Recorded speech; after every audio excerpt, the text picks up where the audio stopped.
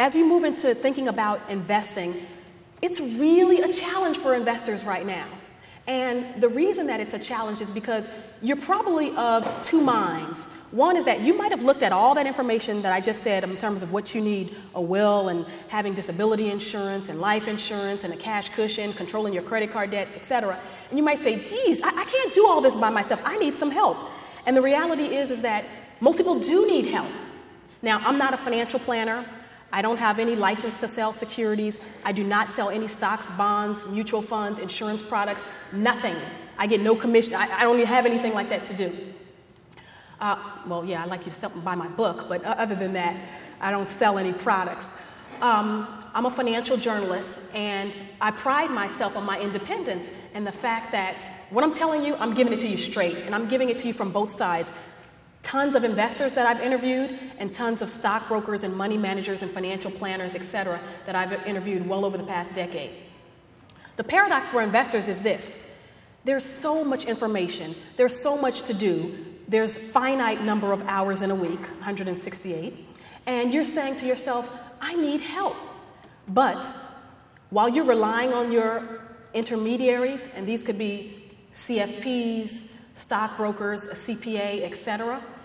At the same time, while you're thinking, I truly need help, and there are statistics that back this up. The Investment Company Institute, for example, says that about 70% of all investors agree with the statement, I rely on my financial advisor for help and recommendations. At the same time that you're relying on them for help, you probably mistrust them more than ever. And that mistrust may not be directed at your individual advisor, but just sort of the financial planning community or the whole stock brokerage community or the world of Wall Street, you know? You've heard about Enron and Tyco and Help South, and you've seen all of these corporate scandals. You've seen the Wall Street conflicts of interest. And so you're probably thinking, well, geez, who can I trust? Why should I turn to these quote-unquote experts if I may, to borrow Jim's expression, get screwed? That's a very real and a very legitimate concern.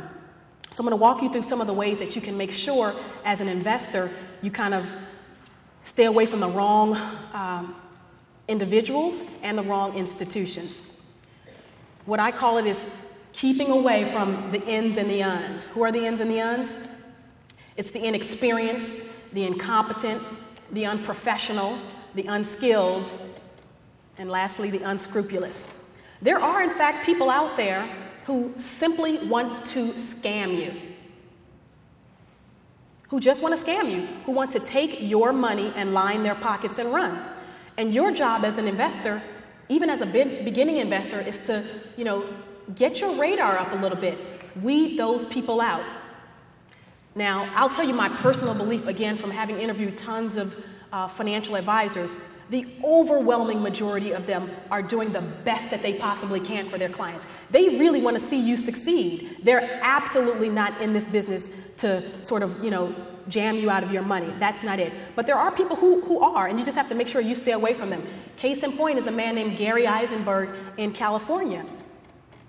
And true story, incredible story.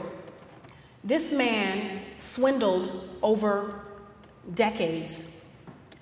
His brother-in-law, his half-brother, his best friend of 50 years, and numerous members of his temple where he attended, and this was in Southern California. He recently got sentenced to jail. The scheme was uncovered. But nobody in their heart of hearts thought that this man, who literally his own brother said, oh, he wouldn't have done this to me. I know he wouldn't have. He finally confessed. The gig was up. This is your charge as an investor to, do a sniff test and see, something doesn't smell right here. You want to stay away from those types of people.